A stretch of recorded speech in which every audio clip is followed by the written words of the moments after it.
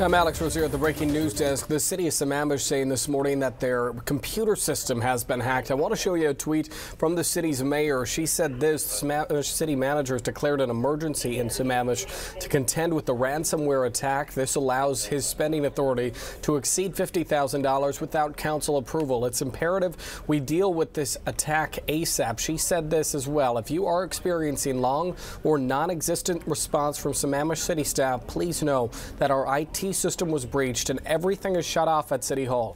They are working to fix this problem as quickly as possible, adding that your patience is appreciated. So we will be following this story as problems at Sammamish City Hall after their computer system was hacked. Guys.